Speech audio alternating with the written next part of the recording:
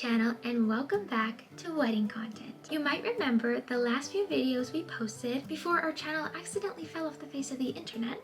Sorry about that.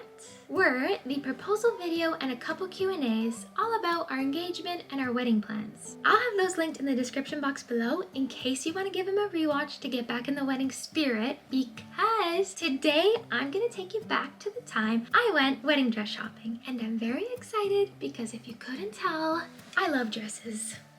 Now I know it's been a while, so let me remind you. We wanted to get married in June of 2023, but the proposal kept getting pushed back later and later, as we discussed in the Q&As. So we actually didn't end up getting engaged until January of that same year, which meant we had less than half a year to plan our entire wedding. Yeah. So that meant with certain things like wedding dresses, we had to act fast. Because if you plan on going to a bridal store to try on their sample gowns and then ordering your favorite dress in your size, you can be looking at a 6-month to a year-long wait to receive your dress, especially if it's made to order or customized in any way. Now, I went wedding dress shopping about 6 days after we got engaged, not even a week later, just in case we needed to order something. But I knew that I would most likely be looking to buy something off the rack, meaning the dress I tried on, and afterwards having a tailor alter it to fit me. But hey, buying off the rack can be a great way to get a great deal. So it's definitely an option I would consider even if you're planning on having a longer engagement. Now, before we get into trying on dresses, I thought it'd be fun to show you some of the inspo pictures that I used and what I showed the bridal consultants when we went shopping. This first one's just for fun. Around this time, there were a lot of painted wedding dress pictures going around on Instagram, and this one in particular kept catching my eye. I was not opposed to a little splash of color or even a pink or blush dress, and I thought this dress was so beautiful that I did a little bit of digging and I found out that this is the Angelina dress by Savin London, which, as it turns out, is a luxury bridal label.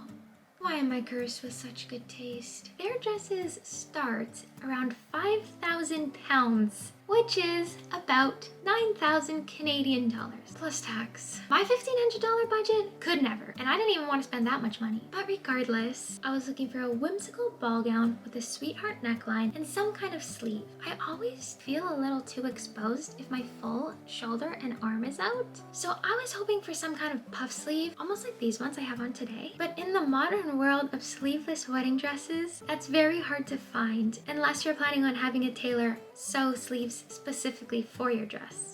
Okay, here's the first example. I love everything about this dress. It has the perfect shape, the perfect neckline, the perfect sleeves. I love that there's this structured, almost bustier-like bodice section with all the boning in there. And I love how it has all these beautiful flower appliques and not just straight lace. Unfortunately, I couldn't find any more info on the picture, but as far as I was concerned, this was the holy grail #1 dress we were striving for. I love it. Here's another example. It's got all those same things I love. The structured bodice, the full skirt, the flowy bottom, longer sleeves this time, and those pretty flower appliques. This picture may be from Wish, but I'm obsessed. Then I wanted to get an idea of the different kinds of sleeves I could do, so let's look at that. I think this one is called a mutton leg sleeve because it's puffy at the top and then tapers down towards the wrist. I was also seeing some sleeves like these that were not necessarily attached to the dress. They just kind of floated on your arm and added a little kiss of drama. And of course, there's off the shoulder as well. This one's really pretty and it helps you feel a little bit more covered while adding that dainty feminine touch. So with that in mind, let's go try on some dresses and talk more about my favorite thing.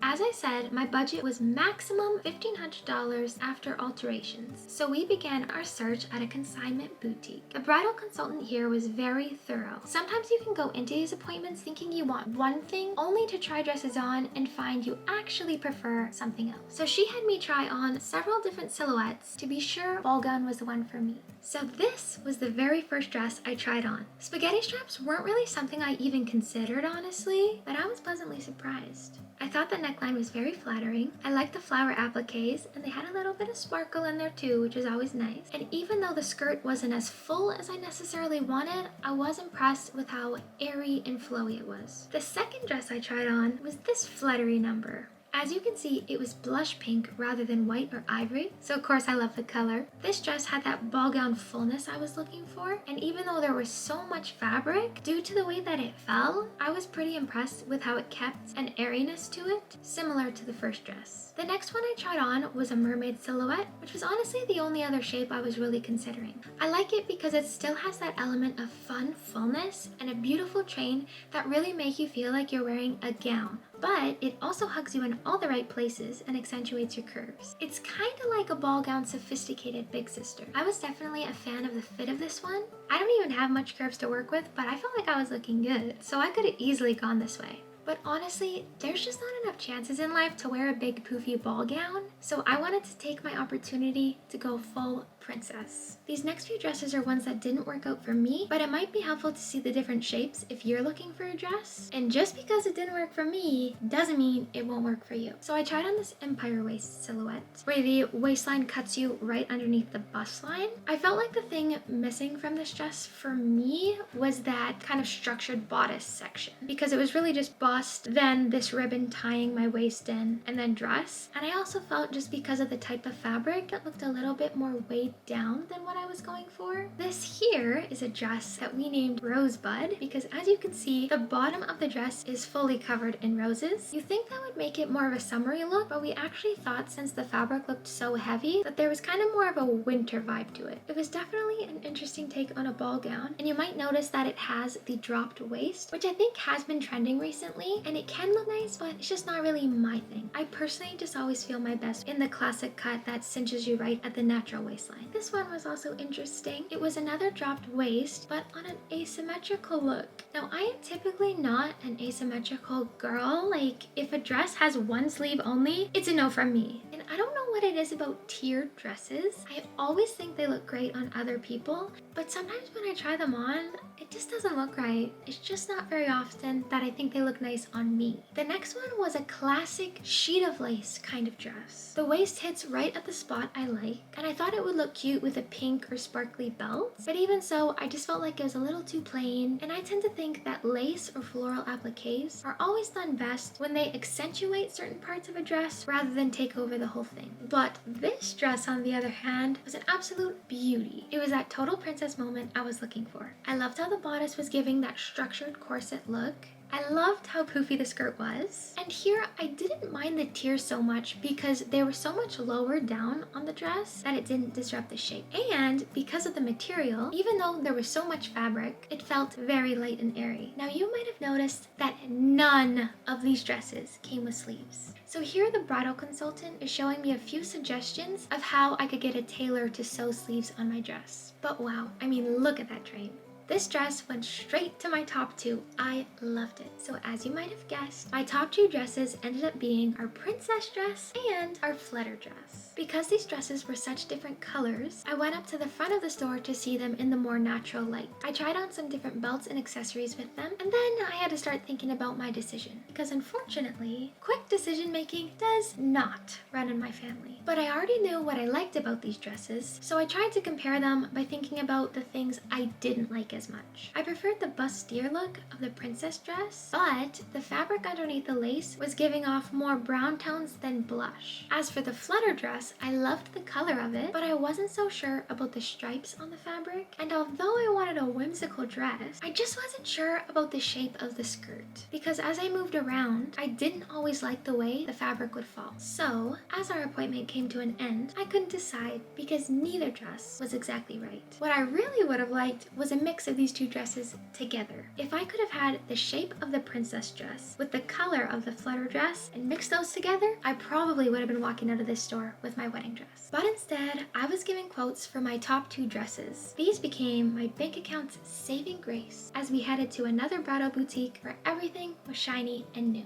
This was the first dress I tried on at the second store. I was very interested in this one because it was the first dress I tried on that actually had some kind of sleeve, even if they were just those floating ones that weren't attached. But my family hated them, and I'll admit, I don't think I was quite pulling it off, but that's okay. I felt like the neckline was a little too plunging for me anyway, so this one just wasn't it. This next blush dress was an immediate favorite. The color of the underlying pink fabric really complemented my skin tone well, especially compared to all the more common brown undertones. The neckline was a lot softer than a lot of the previous ones I'd tried on, and the skirt was nice and full. I was happy it came with off-the-shoulder sleeves, because then I wouldn't have to worry about getting a tailor to make something for me. I thought the floral appliques were really pretty, and I liked how they were really focused on the bodice portion. It was kind of like the flower vines were trailing down to the bottom of the skirt. It was a nice balance. Since we all liked the style of the previous dress so much, I then tried on about 3 more in the same style that had varying levels of sparkle, lace, and fluffiness. All of these dresses had brown undertones,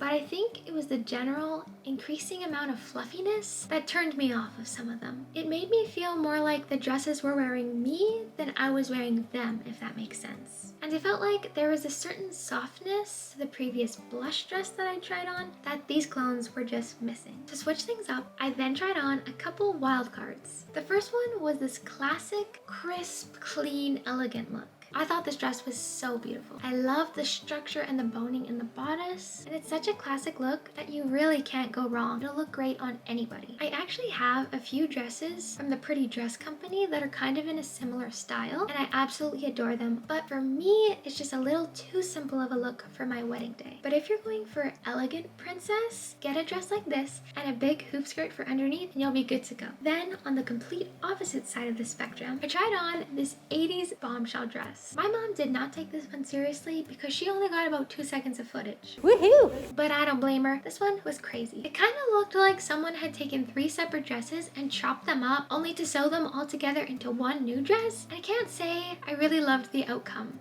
And I also can't really think of anyone who could actually pull this off. I was definitely not the person to do that. But hey, there's those mutton leg sleeves we were talking about earlier. But back to serious business. Oh, forgot. Oh. My sister called this dress the Pac-Man dress. Oh, the Pac-Man one. It's not Pac-Man. Because the fabric was kind of like this Swiss dot material. I liked this one because after trying on all those really fluffy ones, it seemed to be simple but in the right ways. It wasn't overly fluffy, it still had some sparkle to it, and the flower appliques weren't overwhelming me. It was like an alternate version of the blush dress and became one of my favorites. Now here's where things got interesting. Lucky for me, I live in a town that's small enough where most of the dresses sold at the consignment store we went to earlier came directly from the shiny new store we were currently looking at. And they happened to have the brand new version of one of my top 2 dresses I had tried on at the consignment store. So of course I had to try the flutter dress on again. And since I was buying off the rack, the lovely bridal consultant offered to reduce the price of this new dress to match the price of the used dress from the consignment store. Talk about a deal. Now here's the thing. I still wasn't completely sold on the bottom of this dress, but I kept that info close to the chest. I narrowed down my selection to my top 3. The blush dress, the Pac-Man dress, and our old friend, Flutter. Well, why not try them all on again? I took them out for a spin. I tried them on with veils. My family tried to get me to decide. It's so pretty, Katie. It's totally Cinderella. I love it. That one's the one, like, for me. That one's the prettiest.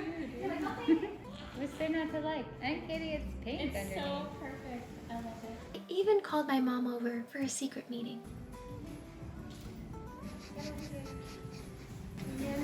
Okay. Should we tape our meeting? You don't have to tape it. Mom. Until finally, the wonderful bridal consultant understood the depth of my inability to make decisions and offered to lower the price of whichever dress I chose to match the $1,200 price tag attached to the consignment store's flutter dress. Now listen, I don't know if it's the fact that she just saved me $1,000 or that my heart just suddenly knew which dress it was all along now that I could afford it, but a tear came to my eye and I knew it was time to say yes to the dress. So which dress do you think I chose? Because watching the footage back, to me, the choice is very clear. Of course it had to be the blush dress. Of all the dresses I tried on, I'm very happy with the one I chose. It just had that certain je ne sais quoi. But I am curious, when you watch this, would you have made the same decision for me? And how about if you had to pick a dress for yourself? Let me know in the comments down below. If you made it this far, thank you so much for watching. We have lots more wedding content coming, so make sure you subscribe so you don't miss it. See you next time.